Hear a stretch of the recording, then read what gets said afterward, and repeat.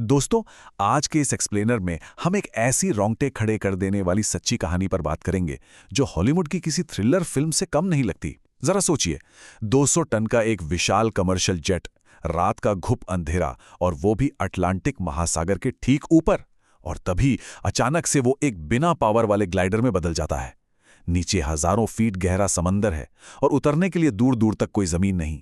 ये कोई मनगढ़ंत कहानी नहीं है, बल्कि एविएशन इतिहास की सबसे खौफनाक और चमत्कारिक घटनाओं में से एक है। तो चलिए सीधे इस कहानी में गोता लगाते हैं। इस पूरी घटना में सबसे बड़ा दांव जो लगा था वो था ये नंबर 306। टोरंटो से पुर्तगाल जा रही इस फ्लाइट में कुल 306 लोग सवार थे, 293 यात्री और 13 क्रू मेंबर्स। इनमें छुट्टियां मनाने जा रहे परिवार थे, कुछ छात्र थे।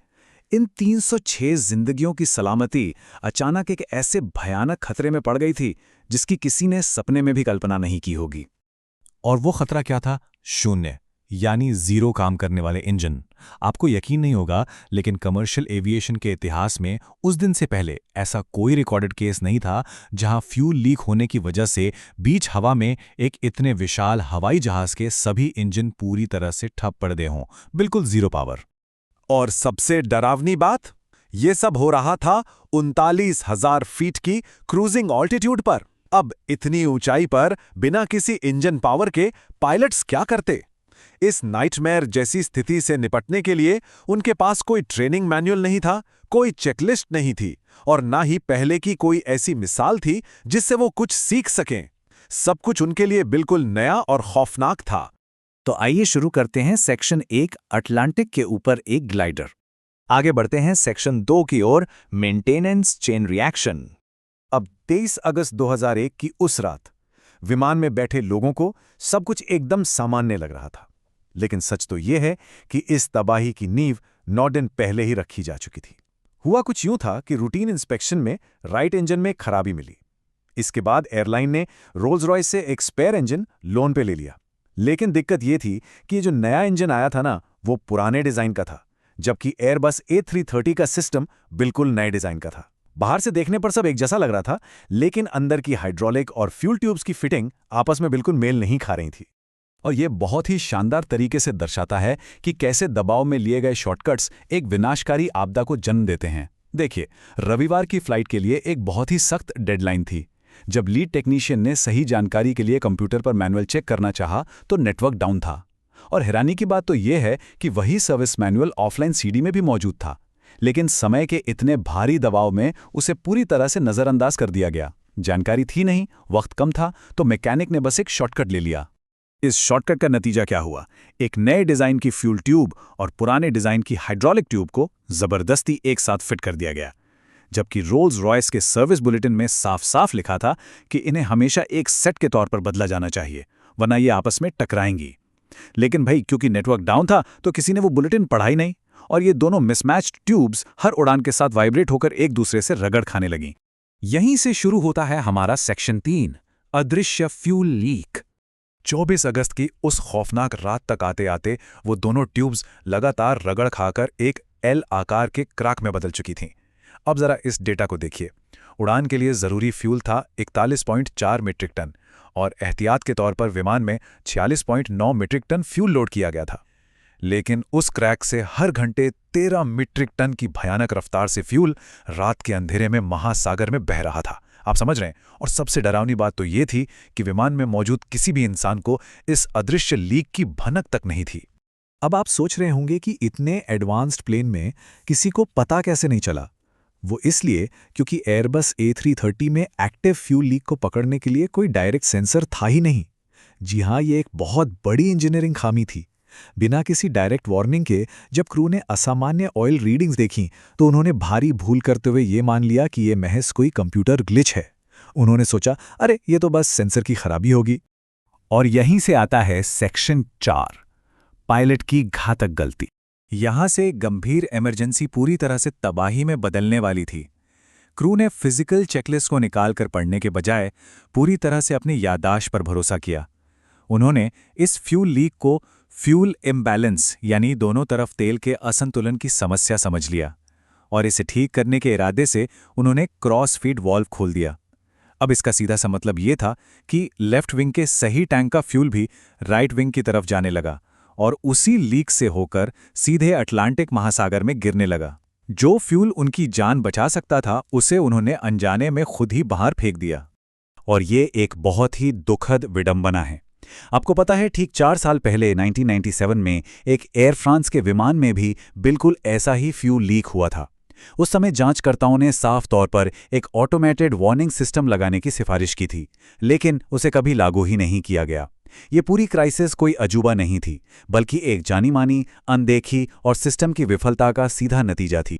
अब आते हैं सेक्शन 5 पर, 19 मिनट का चमत्कारिक ग्लाइड। अब विमान का सारा फ्यूल पूरी तरह से खत्म हो चुका था।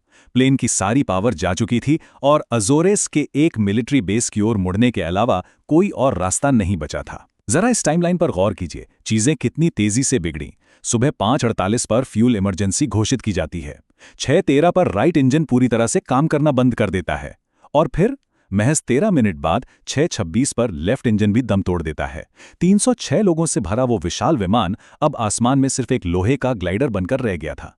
केबिन की लाइटें बुझ गईं और हर तरफ बस एक खौफनाक अंधेरा छा गया।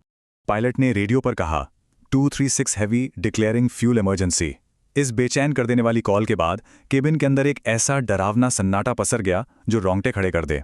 वो जो बैकग्राउंड की हल्की हल्की मशीन वाली आवाज़ होती है ना, जो हर हवाई जहाज में हमेशा सुनाई देती है, वो एकदम से गायब हो गई थी। यात्रियों को अचानक इस भयानक सच्चाई का एहसास होने लगा था कि अब उन्हें बचाने के लिए कोई इंजन काम नहीं कर रहा है। उस अंधेरे में डूबे विमान में अब केवल एक आखिरी तकनीकी सहारा बचा था, और वो था रैम एयर टरबाइन, जिसे शॉर्ट में RAT कहते हैं। ये एक छोटी सी विंड टरबाइन होती है जो इमरजेंसी में विमान के नीचे से बाहर निकलती है और हवा के भारी दबाव से घूमकर बेसिक इंस्ट्रूमेंट्स के लिए थोड़ी बहुत पावर जनरेट करती है।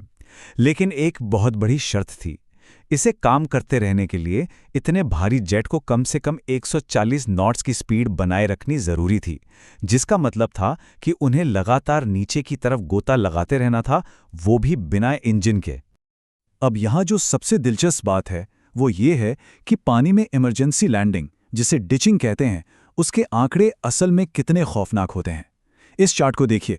हालांकि शुरुआती इम्पैक्ट से बचने की दर ठीक ठाक दिखती है, लेकिन रात के उस घने अंधेरे में अटलांटिक के जमे हुए बर्फ जैसे ठंडे पानी में हाइपोथर्मिया और डूबने का खतरा बहुत बहुत ज्यादा था। विमान में बैठे सभी यात्री ऑक्सीजन मास्क पहने, लाइफ जैकेट पकड़े, इसी खौफनाक अंत के लिए खुद को तैयार कर रहे थे।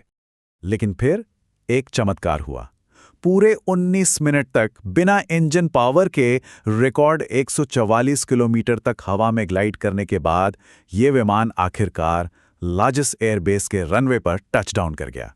क्योंकि इंजन रिवर्स थ्रस्ट नहीं था जिससे प्लेन को रोका जाता है, इसलिए पायलट्स को एक्सट्रीम ब्रेक लगाने पड़े। टायर्स फट गए, पहियों से आग की लपटें निकलने लगीं, विमान जबरदस्त झटके के साथ रुका। लेकिन सबसे बड़ी और राहत की बात यह रही कि 306 में से एक भी इंसान की जान नहीं गई, सभी सुरक्षित थे। आखिरी सेक्शन 6, जवाबदेही और एक छिपा हुआ अतीत। इस चमत्कारिक बचाव के तुरंत बाद जाहिर है जांच का दौर शुरू हुआ, और इसी दौरान एक ऐसा सच सामने आया जिसने सबको चौंका दिया। कैप्टन रॉबर्ट पीशे, जिनकी इस असाधारण ग्लाइडिंग और बुश पायलट स्किल्स की पूरी दुनिया में जमकर तारीफ हो रही थी, वो दरअसल एक माफ किए गए पूर्व ड्रग तस्कर निकले। जी हां, सालों पहले उन्होंने अमेरिका की एक जेल में इसकी सजा भी काटी थी। मीडिया का पूरा फोकस अचानक उनके इस छुपे हुए अतीत पर चला गया, जिसने इस सर्वाइवल की कहानी में एक बेहद अप्रत्याशित और हैरान करने वाला ट्विस्ट ला दिया। बेशक जवाबदेही भी तय हुई। इस गंभीर लापरवाही के लिए एयर ट्रांजिट एयरलाइन पर $2.5 लाख का भारी भरकम जुर्माना लगाया गया, जो उस समय कनाडा के इतिहास का सबसे बड़ा जुर्माना था। और बात यहीं खत्म नहीं हुई। मानसिक और शारीरिक आघात झेलने के लिए यात्रियों ने एयरलाइन पर $30 मिलियन का एक क्लास एक्शन मुकदमा भी ठोक दिया। तो सबसे महत्वपूर्ण बिंदु ये है कि जब भी कोई इतनी बड़ी आपदा आती है, तो क्या वो सच में महज एक गलती का नतीजा होती है, या फिर दर्जनों अनदेखी चेतावनियों, गलत मैनुअल्स, दबाव में लिए गए शॉर्टकट्स और सिस्टम की पुरानी खामियों के एक खौफनाक तरीके से एक साथ जुड़ जाने का परिणाम। ये पूरी घटना हमें ये सोचने पर मजबूर करती है कि सिस्टम में छोटी सी दिखने वाली एक मामूली चूक असल में कितनी बड़ी तबाही ला सकती है। जरा इसके बारे में सोचिएगा। और इसी सवाल के साथ हम आज के इस एक्सप्लेनर को यहीं समाप्त करते हैं। जुड़ने के लिए बहुत बहुत शुक्रिया।